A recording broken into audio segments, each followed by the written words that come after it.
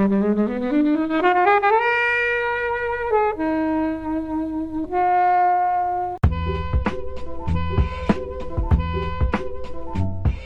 has a lot of reverberations from it. One of my favourite heist films is Dog Day Afternoon, and there's a lot of reverberation of that in this. It almost feels like a modern day version in some ways, in its structure and the kind of narrative and the characters and stuff. But it's still very, very underrated, not just as a heist film, but as a Spike Lee film as well. Everything you want from a movie like this, a heist movie, it does everything really, really well and keeps you guessing for a long, long time. You know, you got Denzel versus Clive Owen, you got Jodie Foster and Christopher Plummer, and they just add another layer to what could have just been a standard heist movie. They kind of push it up into those top echelons, I think. Hey everybody, and welcome to this episode of Flixwatcher podcast. I'm joined by Helen. Hello. Scott. Hello. And Amon. Hello. And we're going to be talking about a Spike Lee joint, probably our first one in the studio, and that is Inside Man. Thank you, as always, to the mighty people for the mighty, mighty tunes. And thanks to Ben from Rockwood Audio for his awesome editing skills. Please do remember to write a review and rate us on Apple Podcasts, anywhere you can do where you listen to the podcast, because it really does help us. And you can join in the conversation with us on Twitter at FlixWatcherPod and on Instagram at Flixwatcher.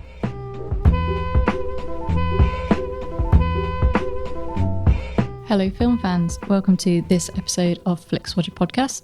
With us today we have Amon and Scott. If you would like to say hello to our listeners and tell them a little bit more about who you are and what you do, please. Yeah, I'm Amon Warmann. I'm a freelance film and TV critic. I do work for Empire magazine. I am on radio on a weekly basis for TalkSport, reviewing the week's films. Do they care about films in sports radio? Yeah, a little bit. I try and make the reviews as good as I can. I respect it, and hopefully that will filter through. But yeah, I do that. Also, when it's a sports film, do they have more relevance, like with their Ford versus Ferrari? Yeah, well, they really like that one because of the relevance. But yeah, now I'm trying to turn them all into Marvel fans. It's a slow process, but I think I'm getting somewhere. So yeah, and I'm also a video editor. I'm working on my annual edit Summer Blockbuster, a montage that's coming out hopefully next month. And I'm also joining you guys in the podcast game very soon. I'm starting my own podcast with a couple people called Fade to Black. Nice. Hopefully that'll be debuting later this month. And what's that about? As we record, it's later this month, but it might be out by now. So, oh yeah. Now, it will be with Clarice Lowry from The Independent, chief and former of this pod. Yep. Oh, awesome! Yeah. And Hannah Flint, who is a superstar. She's doing everything from hosting to writing to everything. She's incredible. Sounds like someone we should get on this pod. Yes, definitely. I will recommend. But it will have like all the normal sort of film reviews and film news. But what I think is going to be really cool about this podcast is that we're going to be discussing film culture and sort of stuff that happens on film Twitter on a week-to-week basis. Given what's been happening in film Twitter recently, there's always something to talk about.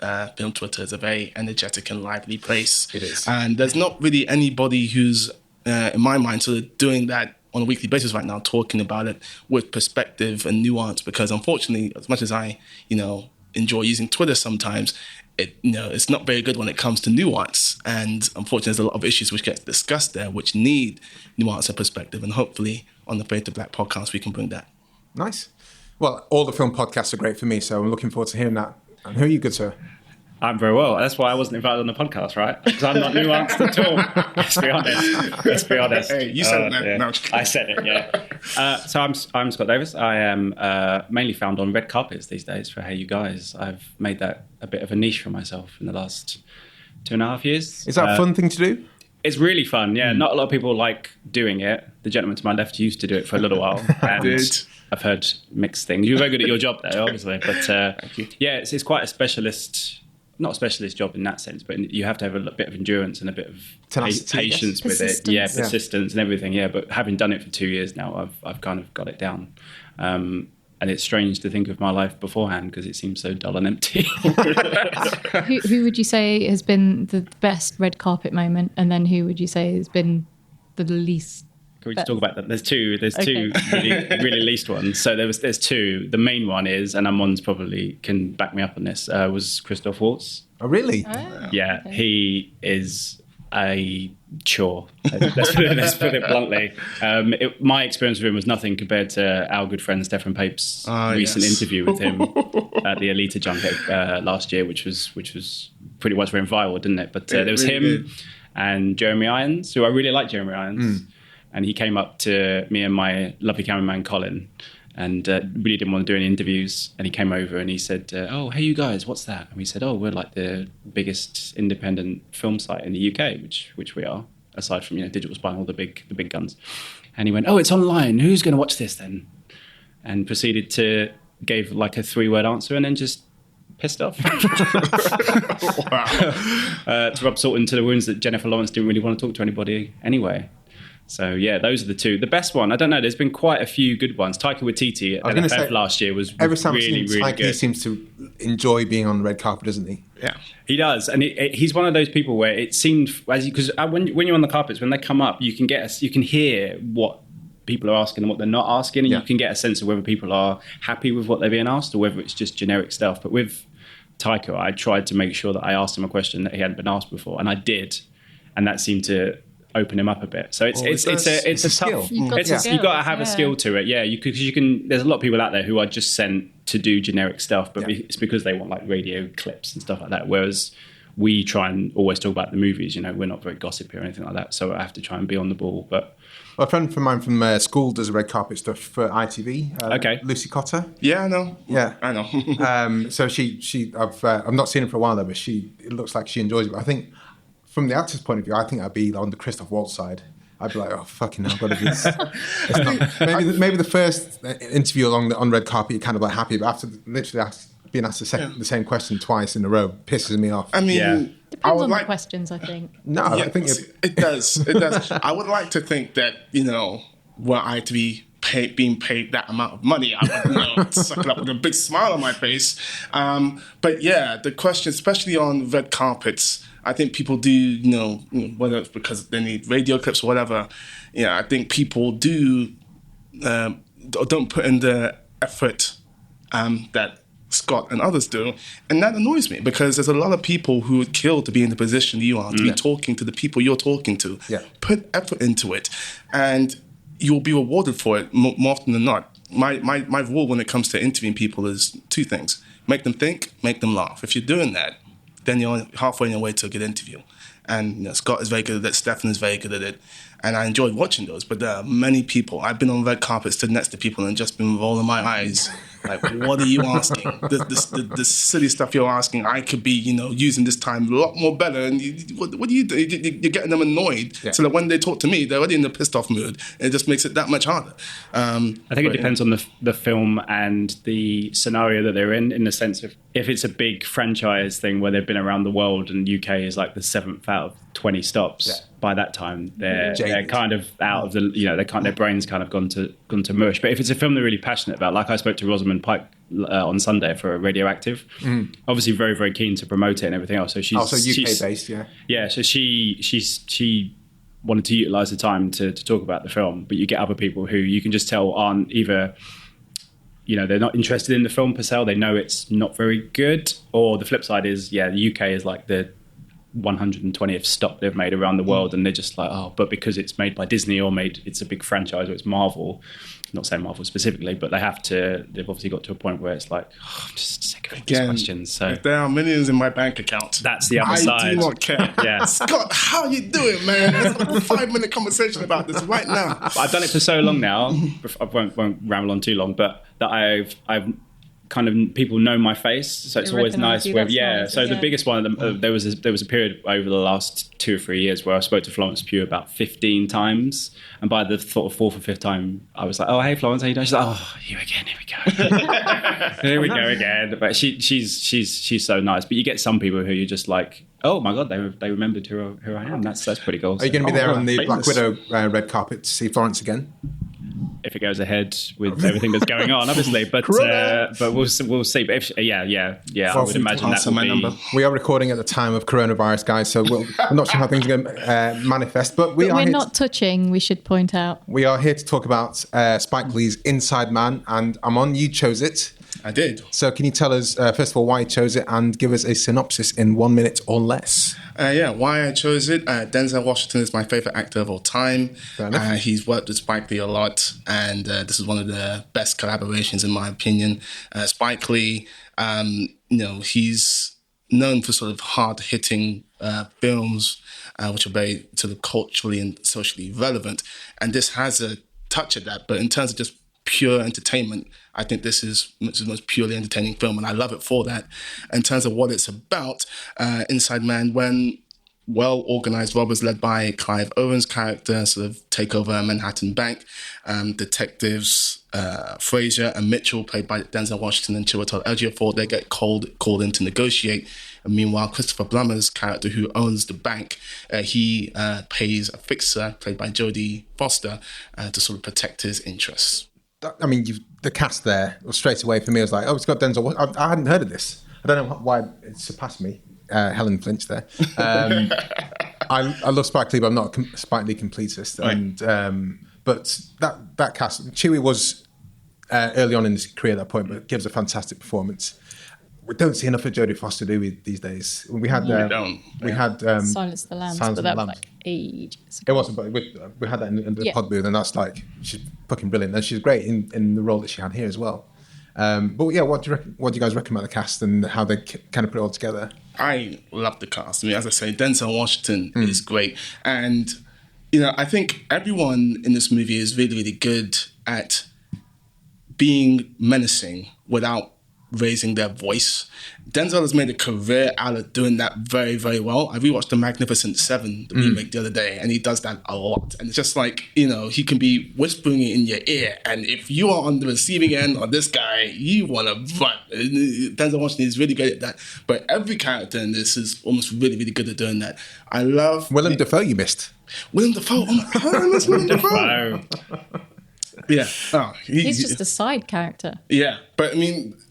these, in many of the films that we've seen, the people playing these characters, these are stock characters. But because the acting is so good and the script is so sharp, they're more than stock characters in this film, which I really, really love. Just in terms of Denzel and Chiwetel working together as detectives, I love it when they riff, and it's almost like they're finishing each other's sentences. There's a bit near the end where they just had a really massive scene, and Denzel has just done his thing on Christopher Plummer's character. And Chiwetel Ejiofor's character is like, let me see your shoe. And Denzel's like, why? He's like, let me see your shoe. Because I've never seen somebody put their foot up on somebody's ass. So you just laughing. It's great. And their chemistry is so good and evident that you can see that. But yeah, Christopher Plummer and Jodie Foster are really, really good too. Jodie Foster playing a fixer, like we don't typically see fixers in the guise that Jodie Foster is, because she's almost like a white-collar criminal in this. She's very sort of sharply dressed, and the way she interacts with everyone in the film, she has a very good smug look. She's smug a lot in this film. So yeah, I really, really like that too. But Scott, I was just going to drop the bombshell that I interviewed Denzel Washington. For this or for something else? For Fences. For Fences, oh. And I will be honest, I've never sweated so much in my life. Has he got a reputation, Denzel? No, it was just, I'd only been doing it for, it was just Denzel Washington. Yeah, and I walked in and he was in a black jumper and black sweats and trainers. And when I sat down, it was kind of like, oh my God, Denzel Washington. Within 30 seconds, you're like, oh my God, this guy's amazing. He was just talking. He was like moving his hands. Yeah. This guy's amazing. I was just going to drop that in. I also have Denzel Washington, my favorite actor of all time. He was the first actor I ever spoke to doing this. I've been doing this for like 9 years. Nice. And yeah, it was 2011. It was for Safe House. It was one of those that, like, I've been so sort of new and fresh. It was like one of my first ever press conferences and I'd been, barely been into London, let alone in a fancy hotel. So my brother will tell you afterwards, I'm like, when I was phoned him, it was like, the hotel, the carpet is so soft, Audie. It's so like that's how new and fresh I was to this entire thing. But anyway, Denzel Washington and I, back then I had a full-time job, and I was actually meant to be working on the day of the press conference. And I said, look, if I work the entire day before, can you give me the time off so I can go to this press conference? And they're like, yes. So there was no way after all of that 10-hour shift or whatever I did that I wasn't going to ask a question. The Safe House press conference. I had my arm up for time, and I think I was like the second to last question in the room full of journalists, and they picked me. And obviously, I've gone through this question every which way in my head. There can't be any way this can be construed as a dumbass question. This is Denzel Washington. I asked them, you're a producer as well as an actor in this film. What made you want to become so involved? And I got through the question pretty much okay, without stuttering. About halfway through, my brain clocked that I was speaking to Denzel Washington. The way the facial muscles changed, I can't see, but I'm telling you, my facial muscles changed because my brain clocked it. I was like, what is happening right now? But yeah, he was the first actor I ever spoke to doing this, and yeah, it's not a moment I forget. He's got such a fantastic smile, hasn't he? He really does. It's just really kind of radiant, and with that is menacing in like Training Day, but also like in Fences, it's a different kind of smile that comes across. And in this, it was like authoritative, and I know exactly what I'm doing, and everyone's good. And I think he's great in every single film I've seen him in. Yeah, I'm glad that you said that you were a big Spike Lee fan, 'cause I counted, is it 4 times they've worked together? Or is it more than that? This is the 4th. I think you're right, it's 4. Okay. Which have are the you ones seen that them you- all? So I got Mo Better Blues. I haven't seen them all, but I know it's Mo Better Blues. Malcolm X, He Got Game, and in this movie. this. He's now switched to his son, John David Washington, obviously in Black Klansman, which is another great movie. Yeah. But yeah, I'm looking forward to... Denzel, can you recommend anyone? There was meant to be a sequel to this movie, and Spike Lee has talked about it a few times, but unfortunately it's been shelved. But I would watch that in a heartbeat, and there's still a lot to... While you're saying that, we can't really have any context for the listeners, but we're looking at a screen there, and it does say right there, 2-movie collection. So there is a sequel somewhere. No. Is that not a 2-movie collection? What is that? I'm interested. Is that because- Jamie Foxx as well? I think Inside Man was turned into a TV show very briefly, cool. and that's what Inside Man Most Wanted was. Right. I Okay. think that's right. But yeah, I would very much watch a sequel to this movie. I just love all the characters. I love how intelligent everybody is. There's been a number of heist films which have sort of, either really great criminal and that's just that, or, really sort of master sort of, crime solver. The best heist films, which is, I think this qualifies, are the ones which have both, and when you can sort of have them matching their wits with each other, and that's what this film has. And that's why the best scenes for me are where Denzel is talking to Clive Owen's character and is trying to sort of suss him out. Especially, it's an interesting challenge for Denzel in this because Clive Owen's character has his face covered for most of the film, so he's got to sort of react to just sort of this. But you really sort of feel that tension between them, and by the end of the movie, you can tell that both of them respect each other, and I really like that touch. What's your thoughts on Inside Man?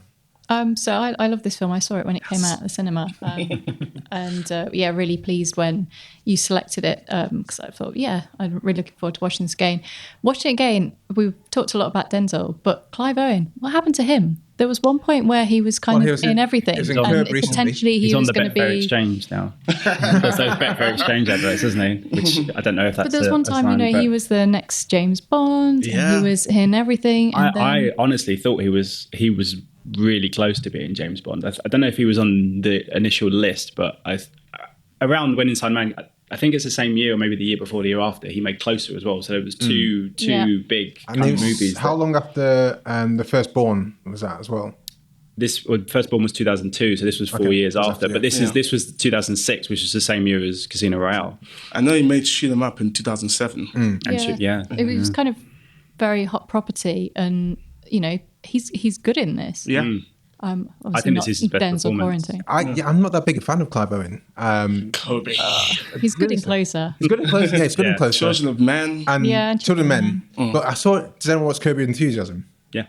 Because he was a guest spot in a recent episode of Curb, and I was just like, he just seems so wooden against all the fling around that Larry David and Jeff Garlin do. But I just thought he just didn't look like he sat well, and he didn't look so happy in it. And sometimes I find his patter a bit kind of wooden. And I thought the same in this, but in Closer I thought it was great. In Shoot 'Em Up I thought it was great, and Children of Men I thought it was great. But sometimes I just feel like closed off by him. Maybe that's just me. Did you think he was closed off in this? I think he was, but necessarily so. And when he had his interview talking about how he kind of set up the heist, it was noticeably different to the rest of the guys. Ziggy, James Ransom, from The Wire, he was in there, and it was really. But I found those interviews kind of took you out of the story a bit, because I didn't really see why you needed them there and in that kind of context in the flow of the film. I take your point. I grew to really like that element because it freshens up the sort of the structure of how these things are going, and it also, once you sort of begin to understand what they are, when the first one comes, it's like, okay, this sort of came out of nowhere. When it starts repeating, you're like, okay, so some of the people in the bank, these are flash forwards to interviews, and it keeps you guessing as to what is going on. Are they actually bank robbers? Are they just plots? And again, it's a really nice way to sort of freshen up the structure of these things, because they can, we've seen sort of films in this genre which, fairly generic, but this is one way in which it freshens it up. And again, anytime you get to see Chiwetel and Denzel just riffing on each other and joking and then being serious and then being joking and then being serious and all that sort of stuff, it really, really worked for me. Yeah, I liked it, and I think it's distracting and a distraction as well at the same time, and it's kind of clever. I think it was, if I read correctly when I was watched it last night and did a little Wikipedia on the writer, he was very keen to have a lot of red herrings to kind of get you off the scent. And that was part of his, like you say, part of the structure was to kind of, because any of those people could have been Clive Owen, because you don't see enough of it. Denzel doesn't see enough of him, and you don't see enough of him in the cameras and everything else to really decipher who it is. So it could have been any of them. It could have been, the woman where they were talking about, she's got a giant ass, all that kind of stuff. Or it could have been the rabbi or whatever. So I think it adds to the mystery of it. But I would agree to a point that after a while it becomes slightly repetitive in a way and takes you out a little bit. But I think for the most part they work. But for me, we'll go back to Clive Owen. I think this is his best performance. When I watched it again last night, it was really, really, really strong, I thought. And in terms of a bad guy, I think maybe he was better suited back then to playing a bad guy than. Because like in Closely, obviously he plays romantic interest, but he's a little bit of a arsehole in that role, isn't he? So maybe he does that quite well. Maybe they just run out of roles for him recently. But yeah, he hasn't been on the radar for a while, has he? He was, because Children of Men was what, 2007, 2008? This was definitely his peak period, I think. Yeah, for sure. We did mention Jodie Foster. No one's mentioned that. I can't remember who it is, but who is it who calls her a magnificent cunt? It's very early on, isn't it? Is it the guy that plays the mayor? Yeah, it's the mayor. I think Peter something. That was a great line. It's a great line. It's not something like it's the delivery. Yeah. With the smile. You're a magnificent cunt. It's just like, thank you. It's great. Yeah. So as far as heist films go, how does this kind of rank in your? Don't necessarily need to rank 1 to 5, but how does it kind of fall in your esteem of these kind of films, these kind of genres? Right, it's top 10 for me. Right. I think in terms of just pure fun along with smarts, I think Ocean's 8 is at the top of that. In terms of smarts and tenseness, I think Heat will probably top that. And I think this falls into the smart intense as opposed to the smart and fun, but I still really, really like it. It has a lot of reverberations from it. One of my favourite heist films is Dog Day Afternoon, and there's a lot of reverberation of that in this. It almost feels like a modern day version in some ways, in its structure and the kind of narrative and the characters and stuff. But it's still very, very underrated, even 14 years later. Yeah. In terms of not just as a heist film, but as a Spike Lee film as well. Very, very underrated. But I think everything you want from a movie like this, a heist movie, it does everything really, really well and keeps you guessing for a long, long time and has enough.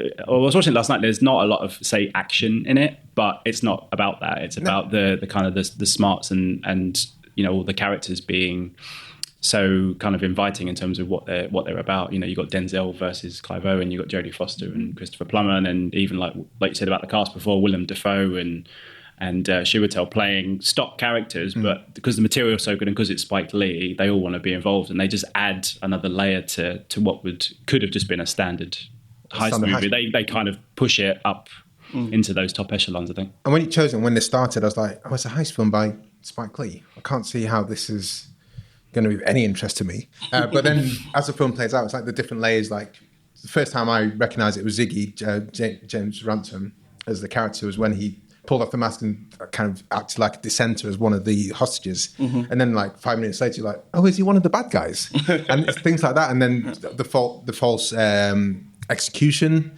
and the way they played out and find out eventually that those were toy guns. So you could just see all the different layers. And obviously then there's the reveal at the end where Clive Owen doesn't escape, but the rest of the hostages are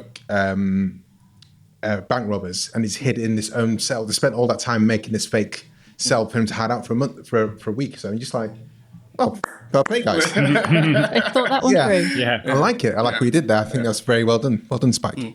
The one thing I would say is that he has that line, that really great monologue at the beginning of the films, and I'm only going to say this once, which really captures the attention.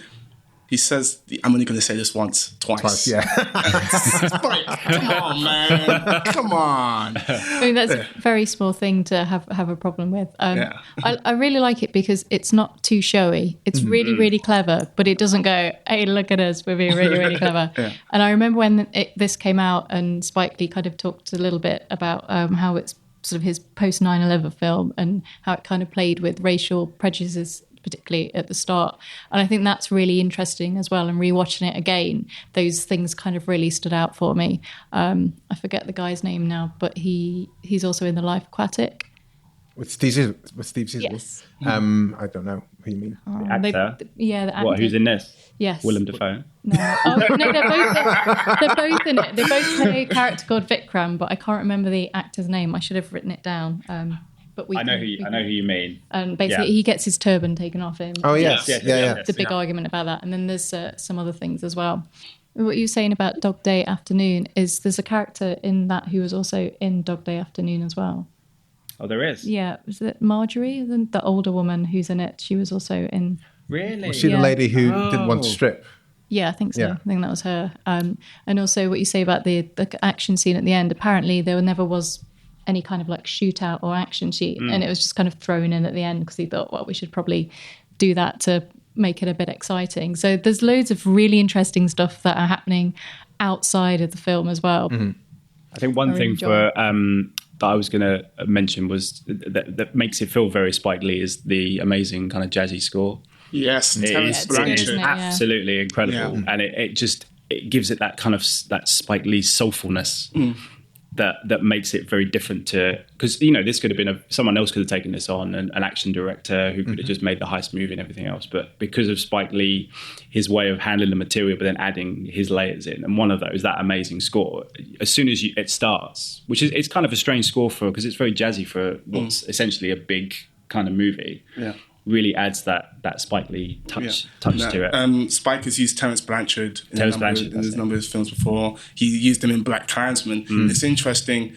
One of the big tracks from Black Klansman was first used in Inside Man, which is called Photo Ops. I think it's got 2 S's in the Black Klansman score because it's the second time he's used it. I think in the Inside Man score it's called Photo Ops.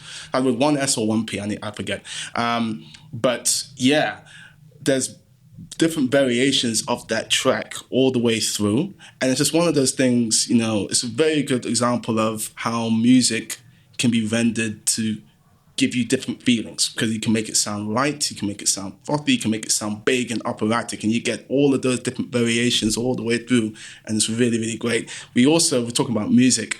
A.R. Rahman did that amazing sort of track for the opening titles. I think I was going to try. It's like changa chinga, I don't know. Ding, ding, ding. Yeah. Changa chinga chinga chinga chinga. Oh, yes, yeah. Which is a jam, which everyone should have on their iTunes. It's a banger, and that's a really enjoyable thing. And yeah, it's one of many sort of Spike Lee-isms that Inside Man has. It's interesting going back and reading the reviews of this.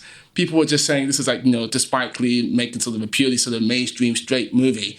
But one of the great things about this movie, one of the great things about auteur directors working on sort of big movies like this is that they can bring their own style and idiosyncrasies and put it into genre films. That's why, one of the best sort of Marvel films is like a Thor Ragnarok with Taika Waititi, because you got the superhero film with the Taika Waititi flavor. This is a heist film with the Spike Lee flavor, and you mentioned the focus on sort of racial and prejudices. There's a couple of examples of that in this film, which is very, very Spike Lee. The opening credits is very, very Spike Lee, and there's a number of other Spike Lee isms all the way through the dolly cam shot you were talking about before. We started recording. So yeah, I love all of that, and I'm all for sort of directors putting their own stamp on sort of archetypal films which have been read in generic before, which have a certain structure to them, and anytime sort of an author director like Spike Lee sort of comes in and brings their own flavor, it only sort of elevates it. I like that. I mean, and also I think for this. This was probably like my entry point for Spike Lee. Oh, really? Because, I mean, it's kind of hard before Netflix and things like that were around. It was kind of hard. There was a time before Netflix. What are you talking about? Unless you went out and like bought the DVDs and things. Spike Lee wasn't on TV. He was certainly never like on the BBC. Channel 4 showed Spike Lee, and that's where I first saw his earlier films, certainly. But you're right, it's not. And back in those days, it wasn't on just a constant merry-go-round of the films you see often. Yeah. And this, having a film like this, which is maybe not kind of a typical Spike Lee to some people will go and see it and go, man, I like that. That's great. I want to see more of this guy's film. So I don't see why people had a problem with him making a film like this. I think you've got to be able to make any film you want to. And initially, again, it was like, oh, Spike Lee made this. So I did have that kind of sense of like disappointment, as in a similar kind of vein as, oh, Spike Lee made a remake of Old Boys. Now, why is he doing this, man? But why shouldn't he?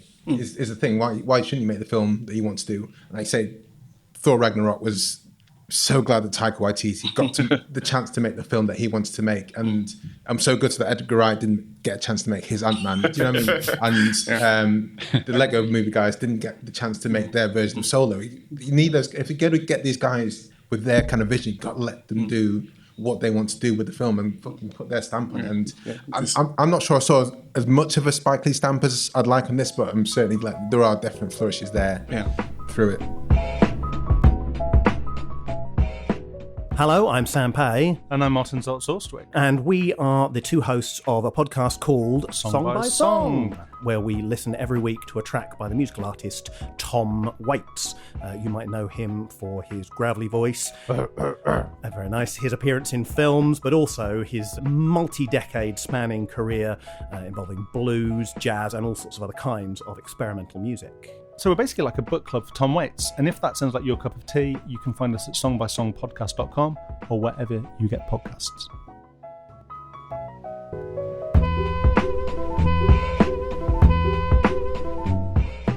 Let's go to the Flixwatcher scores.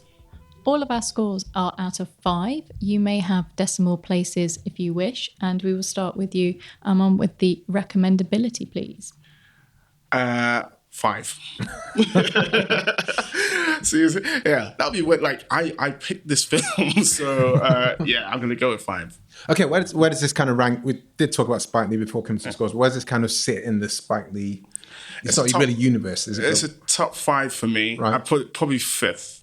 So you got Malcolm X, number 1. I've still not seen that. Again, this is like Kobe. So want to watch it. What? If that is on Netflix, we are certainly. I'm coming back for that one. Talk amongst yourselves. I'm going to get my. We've got Black Klansman. She's Got Habits. Yeah. Mo Better Blues. I also remember I enjoyed 25th Hour when that came out. It's the Edward Norton. Oh, 25th. I was going to say 25th Hour. I love 25th Hour. I think it's great. I very recently saw She's Gotta Have It, and apart from the one scene, I thought it was brilliant. What was the one scene? Oh, like, in fact, don't spoil it. We're not allowed to spoil films. Summer with Sam as well was really good. Oh, yeah. That was him, wasn't That's brilliant. Did you do Clockers as well? Clockers, yeah. Yeah. So many good films. I need to. No, I'm not confident. I need to rewatch more Spike Lee films before I sort of put the stamp on it. I'll tell you. We won't hold you to it, so you can say as now. Say top half, top 5-ish. Definitely in the top half. Okay. I know it's a top 5 Denzel film. Obviously, Malcolm X. Yeah, both. I can't get over the fact that you haven't watched this film. I just haven't. Yeah. So Malcolm X 1, Training Day 2, Training Day we've had in the studio. Good stuff. Oh, man. Fences. That's a good recent one. No, Fences would be in my top 5, but I really like it. Ricochet, Virtuosity. No. There's some classics. Come on, Amon. Keep up with it. Denzel now. Hurricane. The Hurricane. He's great in I like Hurricane. Hurricane. I'm not sure it'd be in my top 5 though. He's great in Hurricane. Yeah. Right, here we go. Right, The Denzel. I do have a Man top on 5. Fire. Man on Fire. I love Man on Fire. Absolutely It'd be brilliant. just outside my... Oh, Two Crimson Guns. Tide. He did he did a Pelican Shakespeare. Brief? Yeah, he did a Shakespeare. Much Ado About Nothing. Yeah, much ado about nothing. Yeah. He's good in that as well. Yeah. Is there a bad? That's another discussion. Is there a bad Denzel Washington performance? I don't think That's there is. one of the many reasons why he is my favorite I actor don't of think all there time. is. It's very tough to. But yeah, it will be high in the filmography of both Denzel and Spike for me. And they have one of the greatest tandems in film history for my money. Their track record speaks for itself. You will understand more of this once you watch Malcolm X, Kobe. It's on the list. It's an oversight. Good. Recommendability score. I'll go for, because of my slight issues with some of the things we were talking about before, I would say 4.5. Sure. Helen. I'm going to go for a 5. There is no one that I wouldn't recommend this to. I think it's got a really broad appeal to most people. Obviously, wouldn't recommend it to children. So within the certificate, whatever it is. But yeah, I think it's really clever, and I think the performances are really great in it. And yeah, I just think it's great. Yeah, I'll go 4.75 here. I think it took me by surprise, and I'm happy that it did.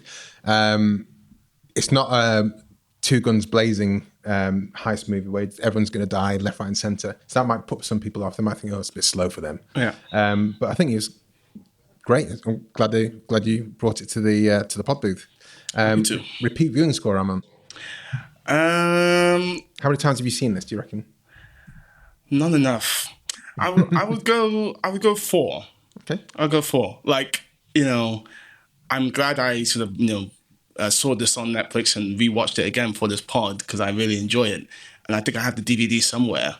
But I haven't watched this too many times for whatever reason. I can't even to pinpoint the reason why. But yeah.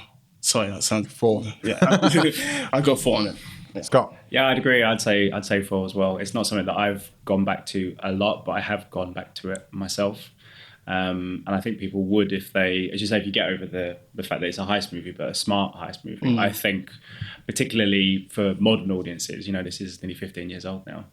I think they'd get quite a big kick out of it. So I'd say 4 as well. I just had a birthday the other day and you make me feel old. You think you're old? Helen. Yeah, I'm going to go in the 4 party as well. So The 4 party. definitely saw this when it came out, and I think I'd seen it after that, like perhaps on Sky or something like that. And yeah, this time around, it had been enough time for me to kind of remember vaguely bits, but not remember everything. And yeah, I really enjoyed watching it again. I'm going to go for 2.5 here. I don't think I'm going to watch it that often. You had to break up the 4 party, didn't you? Yeah, I did. Get out of here, 4 people. I don't think I'm going to watch that much, but I definitely need to watch it again because we want to see how some of the film plays out. I want to see. I was wondering why they were kind of digging into the sewage pipe, and obviously that's for him, so he has somewhere to relieve himself, I guess, once he's stuck in prison and stuff like that. And there's things like that. We kind of think, if I was paying attention, would I have understood what they were doing to do that? Yeah, it's such an interesting because watching it back this time, you pay extra attention to that line. It's like, that's a perfectly good shithole. You don't actually realize he's being literal. Yeah. They've actually thought about this. Where there's so many films, you're like, how are they going to poop and... Yeah. That's how clever it is. Yeah, that's another thing. Like, we didn't really speak about it much earlier, but I love how, arrogant Clive Owen's character is, because he's like, I've obviously planned this to perfection. He said that to a couple characters a couple of times. Just like, okay, dude, but by the end of the movie, it's justified. I like that. And it's also, when he plants that bug in the office. Yeah. I'd like to see how that plays out again and see how that ties in with what they were doing inside the bank versus outside the bank as well. Because I was trying to think, it's like, when did they start? When did I actually really know exactly what they were talking about? Because he was playing them like a fiddle. He really was. Clive Owen. Yeah, so 2.5. Not going to watch it much, but I think it definitely does need a rewatch based on knowing what's going to come along. Small screen score. I'm on. I'll go 4 again. Typically, when it comes to films, I would highly recommend seeing on the big screen. I'm talking about sort of effects-driven movies. I'm talking about Marvel movies. If you did not go and see Avengers Infinity War or Avengers Endgame on the big screen, there's something wrong with you. Inside Man, I'd always advocate for the big screen experience over the TV screen experience. So I would say, were it to be re-released or to have a reunion or to have that sort of special, go and see it on the big screen. But it's still satisfying watching it on a small screen.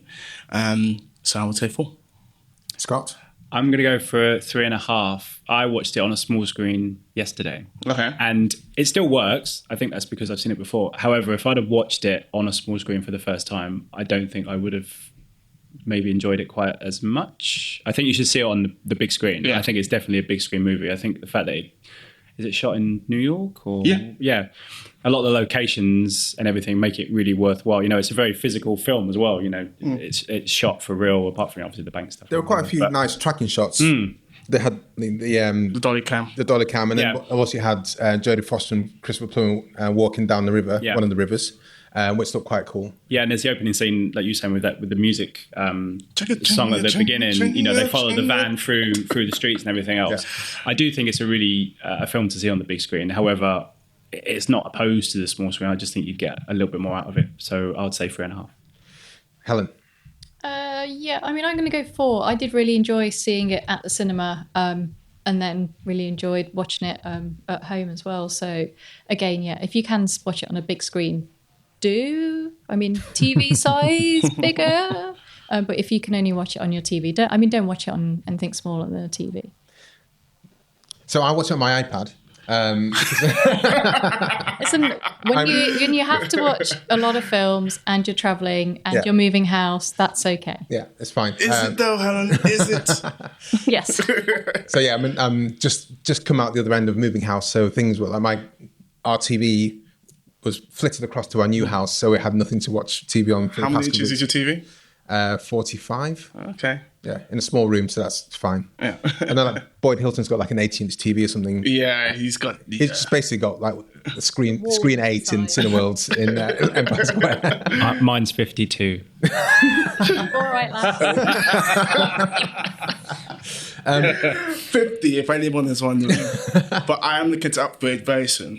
I think, honestly, I'm going to go for 4.5 here. I didn't think there was that much that needed to be in the cinema, but I didn't get the score aspect. So I think I'm going to go to Spotify, find the score, and try and get myself into that mode a bit. But it didn't hit me. But I always tend to wear decent headphones when I'm on the iPad as well, so that maybe just passed me by. But I'll try and pay attention, and that goes again possibly to this repeat viewing score. Listen out for the score. Listen out for the kind of secrets that kind of expose what's going to happen later on in the film. Engagement score. I am going to go with 5 for this, actually. Okay. Because it's got, I mentioned it a couple of times already, that opening to the scene with Clive Owen, just a one-person shot and everything's coming into focus and the dialogue he's saying. If that doesn't grab your attention, there's something wrong with you. And then obviously, after that, it goes into... Chicka ching, I'm going to use every opportunity I can to sing. And, Is A.R. Rahman still getting work? He had Jai Ho. Which is another banger. And then for me, I've spoken to a couple of times already, but Denzel Washington is my favorite actor of all time, and I will find any film where I see him on screen very difficult to turn off. But even if you don't factor in any of that, once the mystery starts getting going and, the heist of it all starts getting going and, everyone's trying to sort of suss each other out and outmaneuver each other, that's something I want to see play out and, see sort of what happens as it goes along. Because I want the beauty of the films like this is that, especially a film which has so many smart characters in it, you want to try and figure it out as all the characters are trying to figure it out. You want to try and figure it out really before they do. And because the film is so smart, all the reveals satisfying. So when you're watching a film like that, that's something which, you know, I'll be glued and engrossed, and it'll be very difficult to turn away from it once I start watching it. Scott? I think I would agree with Amon. We can't do it. We can't do it. Coronavirus. I would say 5. Because For the dear listener, they tried to do a high five and then pulled out with about an inch to go. We came very close, but not close enough. Yeah, I would say 5 as well. I think I agree with everything Amon said. I think it's so smart and so well done and so well paced. And the characters, as you say, you kind of want to work it out before they do in the best way. I was always going to say, we didn't even mention in the beginning, but I love how it reminded me a bit of The Prestige when I was watching it last night, which ironically was 2006 as well, where in the first scene they tell you everything but tell you nothing. Yep. And I love that. I love that they tell you exactly what you're going to find out, but not how you're going to find out, and the why and the how. I absolutely love that. So I think for that alone, most people would sit and watch that opening minute and a half and just go, I want to know what's going on here. And then the follow through as well, the fact that we talked about before, that Clive Owen's character really is a formidable foe to Denzel, and pretty much he outfoxes everybody. Yeah. I think you want to see that go through for the 2 hours, I think. So I would say definitely 5. What were you going to say there? I was going to say Master Criminal versus, Master Detective is just... I love films like that. I really, really do. Helen? So I was just trying to remember when I rewatched it. So I watched this on a flight, and it was the perfect length of the flight, and it was brilliant. And it's so tasty, this film, that there is no way that you're not going to be 100% engaged, because if you're not, then you're just going to miss everything, and you're not going to get it, and you're not going to enjoy it. So a 5 from me. Am I going to spoil the 5 party? How did I know? No, I said, am I? That's the question. Again, when it started, I was like, oh, Spike Lee's doing a heist film. But then you're like, oh, okay. Oh, I'm going to...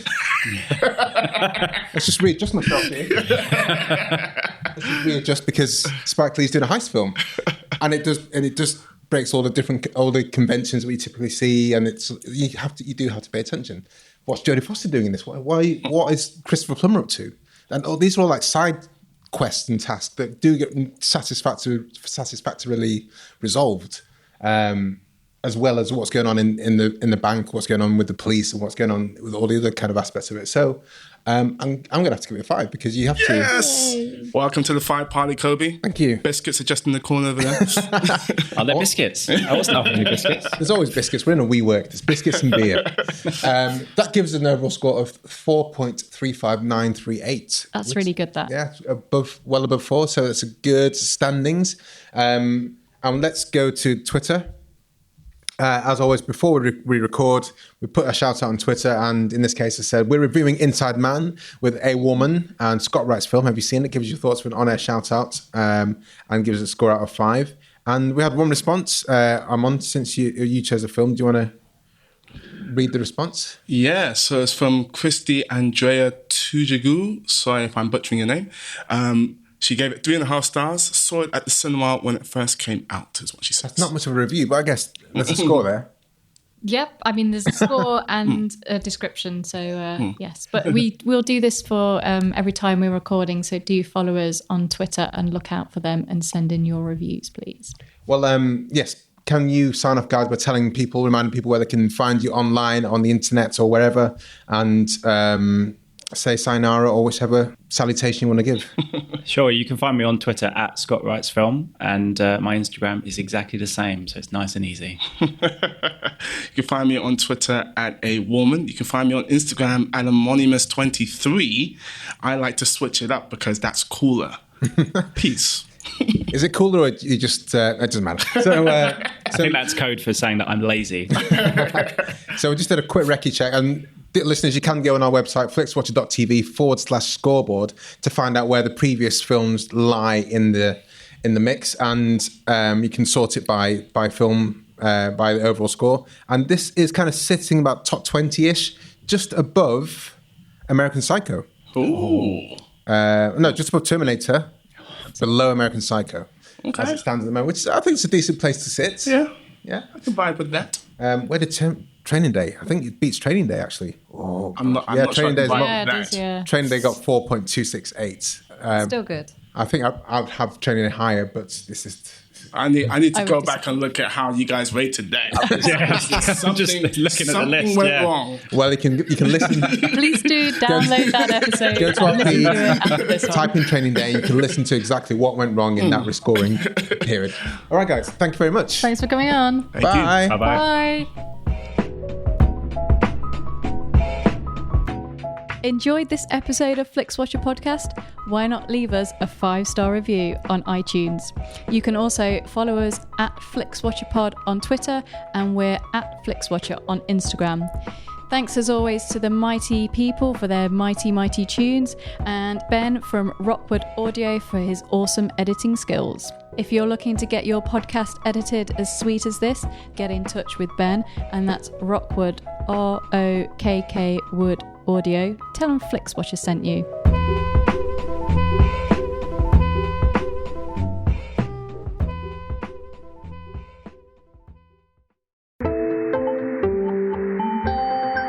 You just heard a Stripped Media production.